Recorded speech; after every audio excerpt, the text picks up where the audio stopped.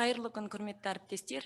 Мен Сәрсебаева Жұлдыз Мұхтарқызы, мектеп алды даярлық тобының тәрбиешісімін. Балалардың іс-әрекетін ұйымдастыруда реджио тәсілдері. Әрбір бала әулеті мол, қабілетті және икемді тұлға. Ол бұл дүниеге оқуға, білім алуға, онда өз орын табуға деген құштарлықпен келеді. Осы мақсатта біздер дәстүрлі оқу қызметінен алшақтап, инновациялық технологияларды еркін түрде қолданамыз.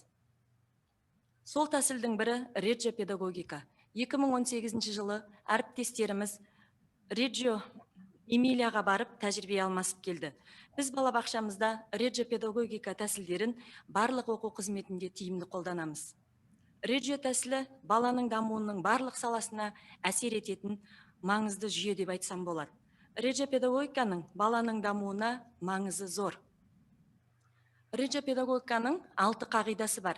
Бірінші, баланы құрметтеу және баланың көзіне тура қарау. Екінші, ережені түсіндіру және сұрақ қою.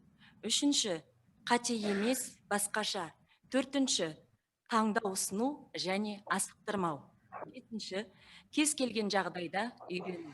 Алтыншы, кей кезде баланың қиялына, ой өрісіне ерік беру оқуға қарағанда маңызды болып саналады. Педагог бағыттаушы көмекшінің рөлін атқарады.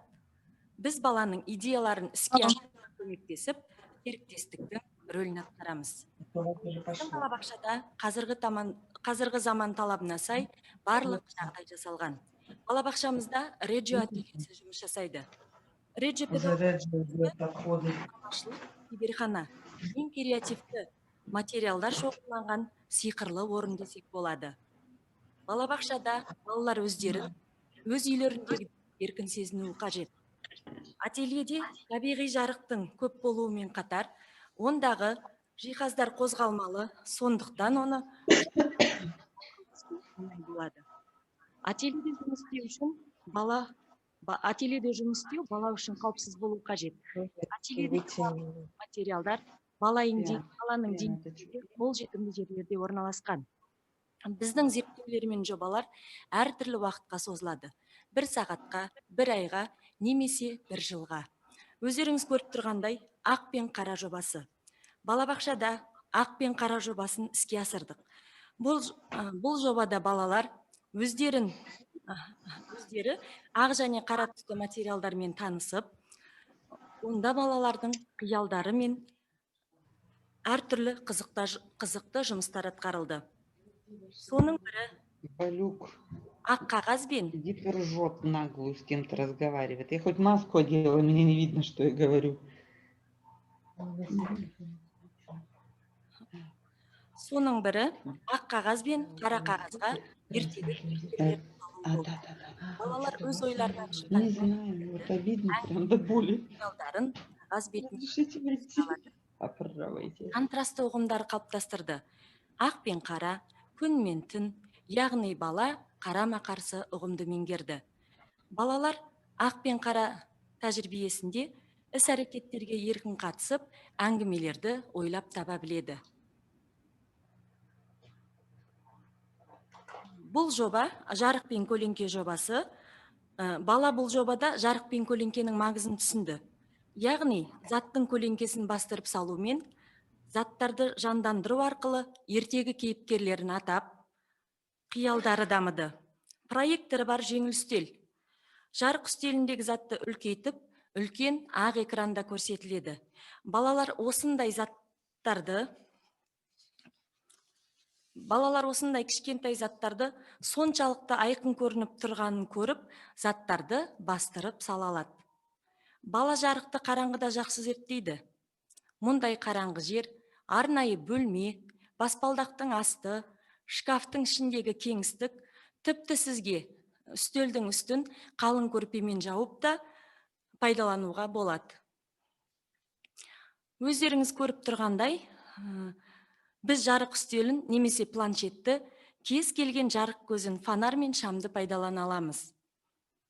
Жарық пен көлеңкені қолдану арқылы баланың қолын сурет салуға, жазуға және тілін дамытуға болады.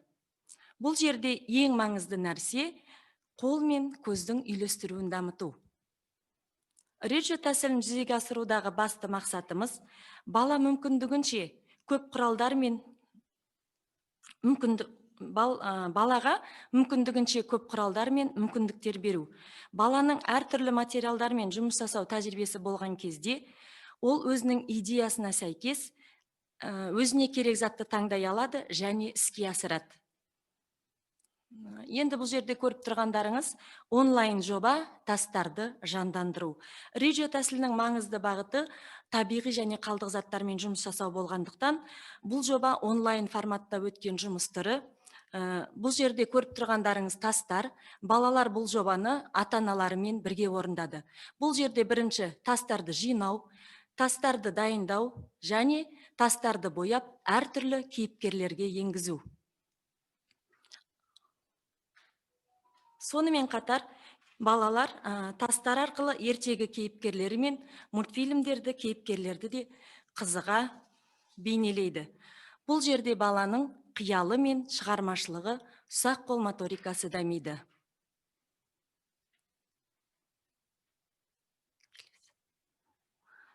Біздің тағы бір жобамыздың бөлігі ағаштар сыры жобасы. Бұл жобада сіздерге ағаштың жапырақтары, тұқымдары, конустары, бұтақтары, кептірілген гүл жапырақтары, тіпті әртүрлі реңдегі құм мен жерде болуы мүмкін. Табиғаттағы заттарды дұрыс қабылдаған кезде бала өзінің ойын іске асырып, қалаған затын жасай алады десем болады. Суретте көріп тұрғандарыңыздай, балалар ағаштарға ойларындағы бейнені декупаж әдісі арқылы ағаштарға жаңа рең беру үстінде. Балалар ағаштарды бақылап қана қоймай, табиғи қалдық заттарды қолдану арқылы әртүрлі бейнелер жасады.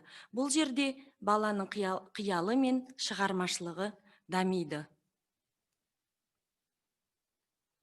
Енді келесі жобамыз қазіргі заман талабына сай инновациялық технологияны сабақтастырып, реджио тәсілінің негізінде сиқырлы асықтар жобасы.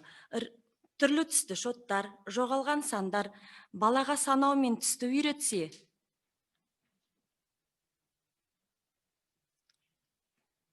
келесі. Дыбыстарды ата, жасырылған буындар мен тиктокто ойыны баланың зейіні мен сөйлеу тілін дамытады. Баланың ұсақ қол моторикасын дамытумен қатар, сиқырлы сегіздік, дойбы, түрлі түсті санамақ, балаларды санауға, түстерді еркін ажыратуға, логикалық ойлауға, қарым-қатынасқа түсуге, топпен жұмыс жасай білуге үйретеді. Көру арқылы баланың есте сақтау қабілеті дамиды. Сиқырлы асықтарды баланың денсаулығына да нығайтуда қолдануға болады. Көріп тұрғандарыңыздай, арнайы жасалған массажды алаша, нүктелі қолғап, табан нүктелерін күнделікті пайдаланамыз. Асықтарды қолдану арқылы балалардың қиялы, ұсақ қол моторикасы, қызығушылықтары артады. Өздеріңіз көріп тұрғандай, асықтарды барлық оқу қызметінде тиімді қолданамыз. Балабақшада тәрбиенің ең маңызды түрі құралы еңбек десем болады. Қарапайым еңбек түрлері барлық топтарда жүргізіледі. Бұл жоба баланың ұсақ қол моторикасына көп әсерін тигізді. Түрлі түсті жүппен жұмыс істеу балаларға өте ұнайды. Дәстүрлі әдіс тәсілдерді қолдану арқылы балалардың шығармашылық қабілетін, көркемдік талғамын қалыптастыруда маңызы өте зор. Осы еңбек түрімен айналысу баланың зейінін өзіне аударып, талғамын қалыптастыруға маңызды әсер етті. Бала бұл арқылы есте сақтауын, қабылдауын, пішінін, көлемін, тіпті түстерін сезінуін дамытады. Көріп тұрғандарыңыз балалардың өздерінің қолымен жасаған әшекей бұйымдары. Келесі біздің жобамыздың бір түрі жаз мезгілінде жазғы жобаларды балабақшамызда өткізу дәстүрге айналған. Жобаларды жасау өте тиімді. Бұл жоба ата-аналармен жұмыс түрін орындауға мүмкіндік береді. Атап айтсам, үнді еліне саяхат, сүтті жақсы көреміз, мен зерттеушімін, құмның сыры жобаларын алдым. Балалармен қатар Ата-аналар да қызығушылықпен қатысады. Бұл жобаларда балалар өздерін еркін сезініп, рөлдерге енумен балалардың шығармашылығы мен қиялы тілі дамиды десем болады. Қорыта айтсам, балалар тәжірибелік іс-әрекеттерге еркін қатысады, білімге құмарлығы мен қызығушылығы артады, қол мен көздің үйлестіруін дамытады, қиялы мен шығармашылық және ұсақ қол моторикасы дамиды. Ертегі кейіпкерлерін еркін айтып, әңгімелер ойлап таба біледі. Балалардың сыни ойлауы мен өзін өзі реттеуі жетіледі және командамен жұмыс істей біледі. Құрметті әріптестер, реджо педагогика балаға таңдау мен еркіндік береді. Мен сіздерге реджо педагогика тәсілдерін қолдануға ұсыныс айтамын. Іске сәт, назарларыңызға рахмет.